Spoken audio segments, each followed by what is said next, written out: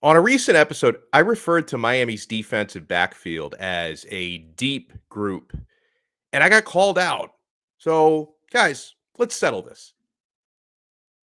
You are Locked On Canes, your daily podcast on the Miami Hurricanes, part of the Locked On Podcast Network, your team every day.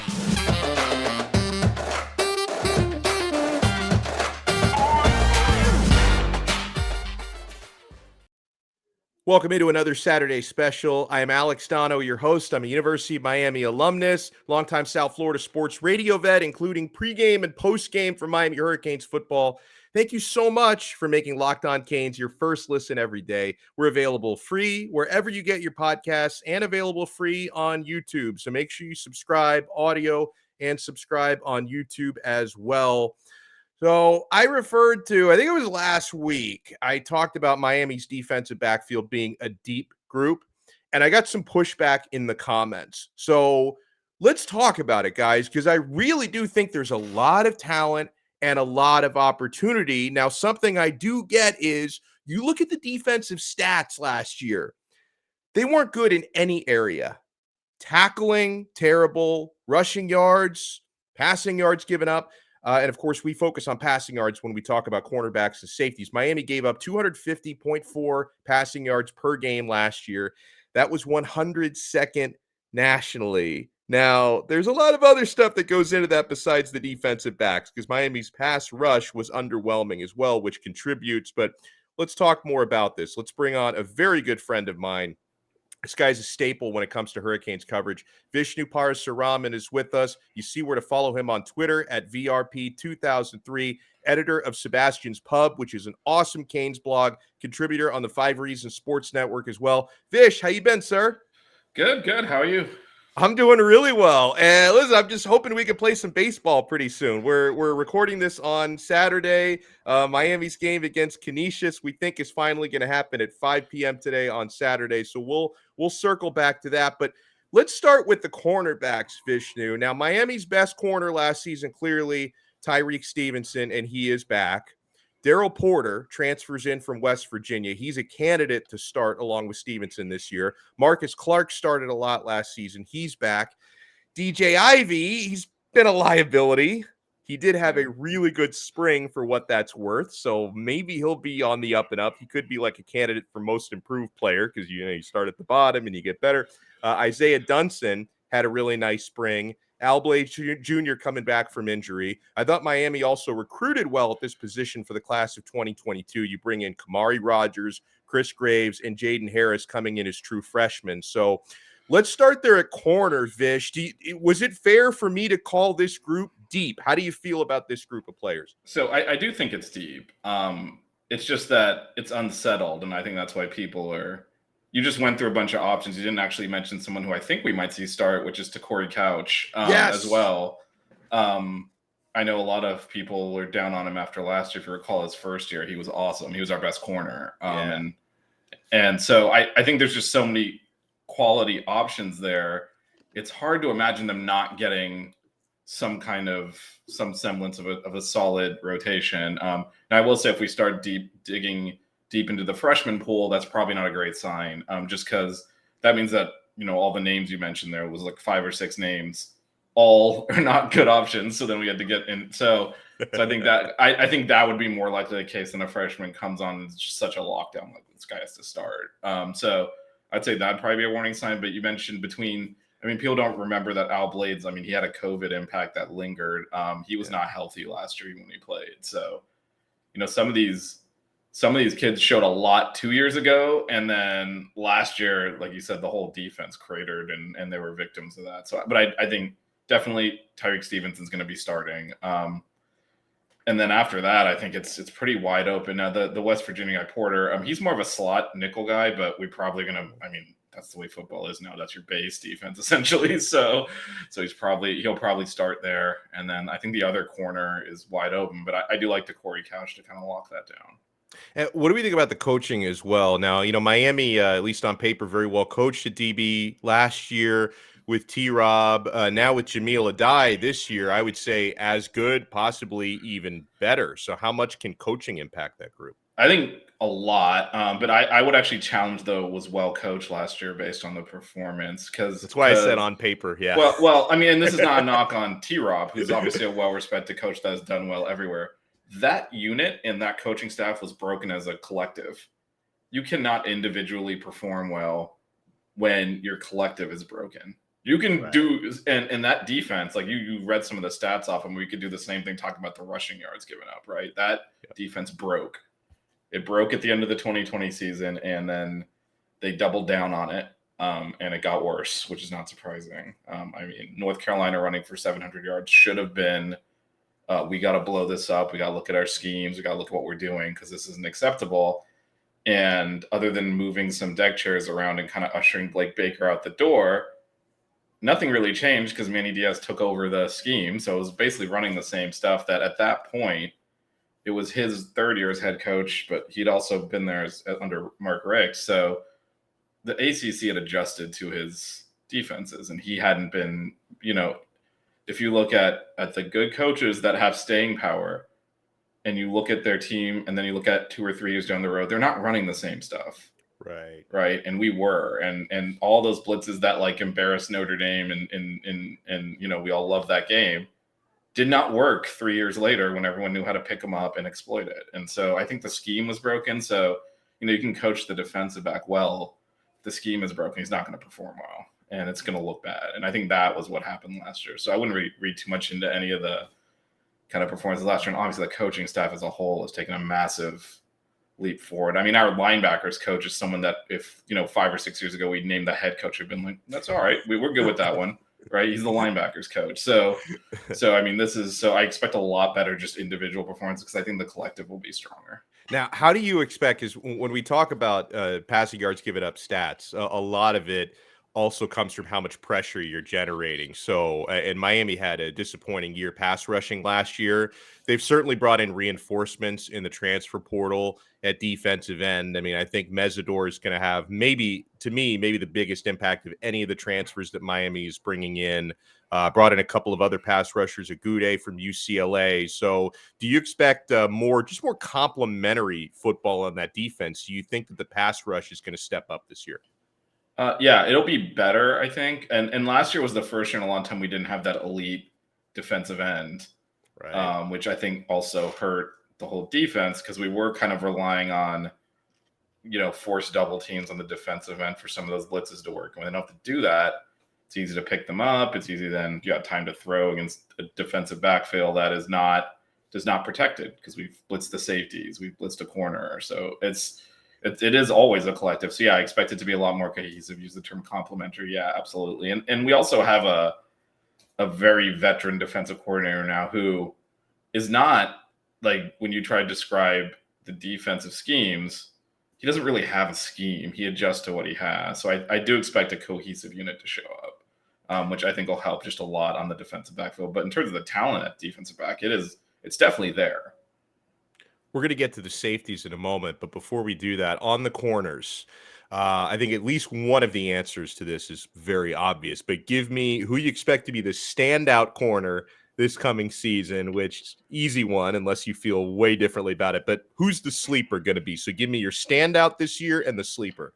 I mean, the standout is obviously, I think Tyrique. If it's not Tyrique Stevenson, that's actually, you know what? If it's not, that's probably a good thing. Oh, that means someone has stepped up. So there's no way Tyrique Stevenson's not going to be good. Yeah. Like he's not going to forget how to play football. So if he's not our best corner, that's a great sign. He will be though. but if he's not, then that's a great sign. In terms of sleeper, I really like Dunson. I think he's someone that can step into the rotation there and play. I still think Couch will start, but I think we'll see Dunson play a lot. And I think he's someone that by the end of the year might be starting. Yeah, Dunson is my answer. All right, so when we come back, let's talk about the safeties. And I think that maybe a few of the most talented players on the entire team play safety for the University of Miami. And we're also going to read you guys' tweets on who you expect to be the standouts and the safeties in the defensive backfield. Want to remind you guys, betonline.net is your number one source for all your betting stats and sports info. I'm on betonline.net literally every day. That's where you find all the latest sports developments, news, odds, including this year's basketball championship matchup. We'll see if the Warriors can bounce back and win a game at home. NHL hockey conference finals. Excuse me, I got a little frog in my throat. I think I'm under the weather. The weather's so bad here, but it always feels like nice weather when I'm on betonline.net. Get Major League Baseball odds and, of course, all the latest fighting news from MMA and UFC to boxing. BetOnline is your continued source for all your sporting wagering information, including live betting, esports, and more. BetOnline is where I get all my Miami odds, over under 8.5 wins, plus 500 to win the ACC. Check it all out, guys. Head over to the website today or use your mobile device to learn more about the trends in action. BetOnline, where the game starts. Here on the Locked On Podcast Network, I'm Alex Stano on Locked On Canes alongside Vishnu Parasuraman, Vish from Sebastian's Pub blog. He's the editor there, also from the 5 Reasons Sports Network. Let's talk about the safeties, where, again, I think some of the best players on the team play safety. James Williams, stud. Avantae Williams, stud. Kam Kinchens, stud. And Miami also landed for the future. I don't know how much we'll see him this year. Markeith Williams, the 4-star that they got in the class of 2022, I like a lot as well. What's your outlook on the safeties? Yeah, this is like first world problems, right? Like who doesn't start, or do you gotta? I almost feel like you gotta figure out a way to get the 3 of them on the field. I mean, those 3 guys are. So maybe you move. I mean, there might be some linebacker issues, so maybe you put one of them down the box a little bit, or go with the bigger nickel package where you're playing 3 safeties. But you can't. It's hard. I think James Wynn's probably the best suited to kind of maybe move into the box in some formations. But yeah, between Kinchens and both Williams, it is stacked back there. We haven't had a safety group like this probably in 20 years in terms of just there's no drop off to the backup. Because we certainly had great safeties, but then it's like if that guy goes, then we're screwed. But in this case, we have three of the best safeties in the ACC. So I don't know. I think the challenge is going to be making sure we fit them all together, because you don't want any of those guys not on the field. And actually, this was talked about during spring. There's you got to get your best players on the field. All right, well, here's a challenge then, because 3 of them, they might be the 3 best players on the defense. They play the same position. So yeah, safety is completely loaded, and so I think that will be interesting to see, because I think they're going to try and get them all on the field together. So how do we do that? All right, so what's the verdict then? Because, again, I got called out for referring to Miami's defensive backfield as a deep group. So I think as we've discussed, maybe there's fewer standouts at corner, but there's a lot of serviceable looking guys, several standouts at safety. Is it fair to say this is a deep group? It's absolutely a deep group.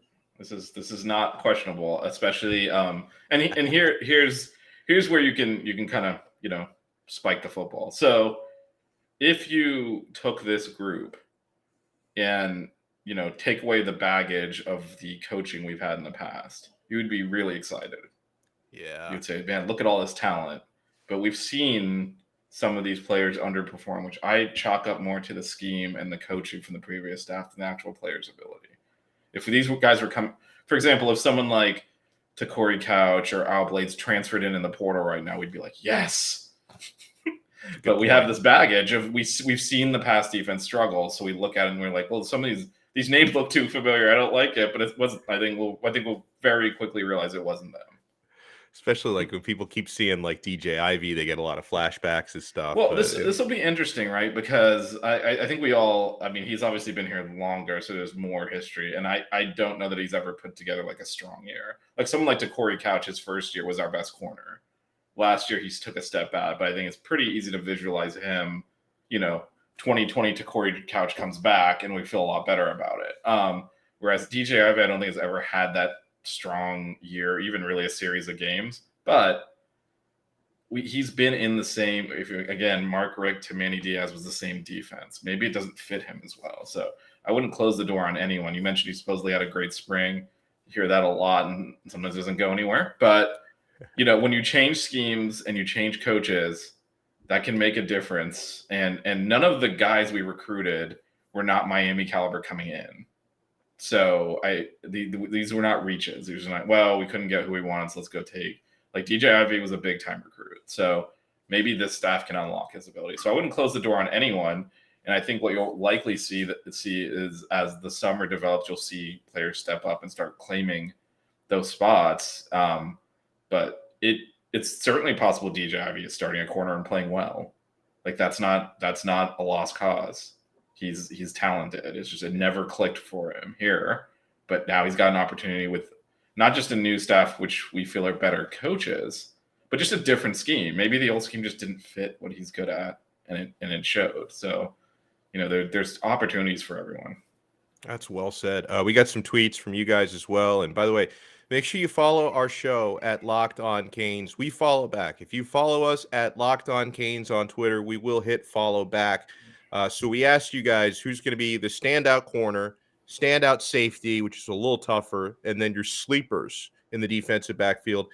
305 Kane Fanatic says Reek and James, that's Stevenson and James Williams, he says, are the clear answers, but I could see James being a sleeper at a different position, more in the box, and Avantae Williams being the star safety for us. Is this the year that Blades gets to be healthy and Ivey puts it all together? I hope so, but can't sleep on Chris Graves either, he said. Ivan Hood 305 says Tyrique Stevenson, James Williams, standouts, and then Isaiah Dunson as his sleeper. And I agree with that. I think Vish does as well.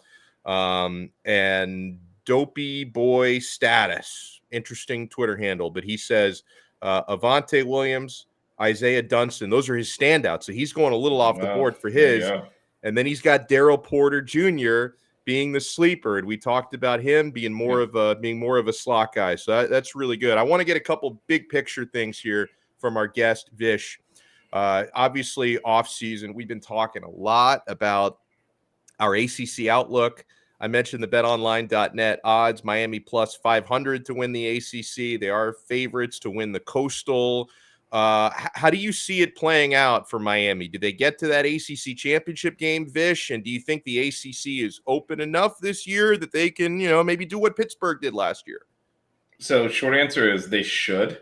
I think on paper, even like this team brought back the best quarterback in the conference. So taking the whole coaching change out of it, that already puts you a step forward. And at the end of last year, even with poor coaching and basically no defense, they were winning some games. So you kind of expect, to play better. So when you look at the schedule, it's not bad. There is at Clemson, which is tough because it's a conference game. So then, that is potentially if you blow another, conference game or two, maybe that could be the deciding factor that Miami had to go play at Clemson, and maybe someone they're competing with in the Coastal didn't and got an easier game. But that shouldn't come down to that, because there's no one that looks frankly challenging in the Coastal this year. If you look through the teams, most of the top teams from last year, or even like the middle teams that were kind of in the pack, but Miami lost their quarterbacks. So you mentioned Pitt, also North Carolina. So some of the teams you feel like if Miami fumbled it would step up and pick it up, look to not be as strong as they were even last year. So this should happen. And then, you're looking at the kind of the Clemson game. Florida State's at home, and frankly, look terrible again. So they haven't made a bowl game in like 4 or 5 years. What is it? Crazy. Like it's insane. Yeah. It's insane. Oh my gosh. So I don't actually think that's a concern. So if you start looking through, who they have to play at Virginia Tech, it's new coaching staff. We'll see. That could be a challenge potentially. That's always a tough place to play. But overall, doesn't feel like a tough schedule. I mean, A&M is out of conference, but also like we've discussed this on Dono Daily, but from I was born there, and I just can't take seriously that we're gonna go lose to them. I just can't do it. So I am going to that game, and we better win. I need bragging rights. Oh, for sure. I want to win it for Vish. Just win it for Vish. That one's personal for me, but my entire life I've heard how this program's going to take the next step, and they go 8-4, and it's just like at best, and like they went 8-4 last year. So it's like, come on, we could win that game. But that doesn't actually affect your conference anyway. But it could affect bigger picture stuff because the schedule is that easy. Like if you end up 11-1, 10-2 potential, probably not 10-2, but 11-1 is potentially playoff stuff if you win the ACC championship game. And no, I don't think Miami is what you would consider playoff caliber. They're not. They're frankly not, right? They're not deep enough. Yeah. But there are always one or two teams that you're like, how is this team in the playoffs? The team that loses to Alabama by 40 in the semifinals, we could be that team. So because there's always teams slipping, there's always teams sneaking in the back end. We've seen Notre Dame do it several times. They're not really competitive when they get there, but they've gotten there a few times, right? So there's an opportunity there. There's usually one or two teams that has to make up the numbers because they struggle to find four actual like powerhouses. And if you put the right record out there, I might be eating these words. I feel like Clemson's on a downslide. I don't know. If I say which game am I least confident in, it's at Clemson later in the season. That's a little bit tougher for me. The second toughest game is definitely at Texas A&M. But at Clemson, I guess the advantage there is potentially you play them in November. You go there, if you play well, even if you lose, you get them again in the ACC championship game a few weeks later. So that opportunity to kind of undo that. That's where if you even as potentially 10-2, if that's one of the losses, and then you go and immediately make up for it by beating the same team on a neutral site that they might look the other way on if they're looking at two lost teams. That's good insight. That's great insight. I hadn't thought of it. I hadn't thought of it from that. I did think about the revenge angle. Like if you lose to them, you may play them again in a couple weeks. But I hadn't thought about that. That could, if you do avenge the loss in the rematch, that makes the original loss look a lot better. Yeah, and especially when they're so close to each other in terms of when the games are played, and one of them is on the road. This is all predicated on, of course, winning all the other games, and also not getting blown out. If you lose to Clemson by 30 and then come back and win by a field goal, it's going to be like, oh no, Clemson's better, right? I mean, I see the size teams play twice, and over the course of two games. So you need to. That's another key, right? Even when you lose playing well, because we have not. I mean, last year, even when we won, we didn't play well, and even that winning streak at the end of the year, and I'm like, it's great we're winning games. We look terrible. Outside of the quarterback, of the quarterback and a couple receivers and a couple running backs, like Rooster really. Yeah, I mean, we offensively we played well, but we got a lot of bounces and breaks in that winning streak, including you mentioned Pitt. Like Kenny Pickett threw that game away. It wasn't our good dude. Like those two interceptions he threw, guys were wide open for touchdowns and he missed them. And those were like two of his 5 interceptions on the entire year, and he just missed open throws. It wasn't like we fooled him. So. But that's football. You get those breaks, but the goal is to not be in a situation where you need them. So, weather permitting, for the Canes baseball fans out there, supposedly 5 p.m. on Saturday, Miami's finally going to play Canisius. We're obviously recording this before that game happened. So, if anybody watches this after, you're like, how come you didn't talk about Miami? What happened to Miami Canisius? We can't see into the future.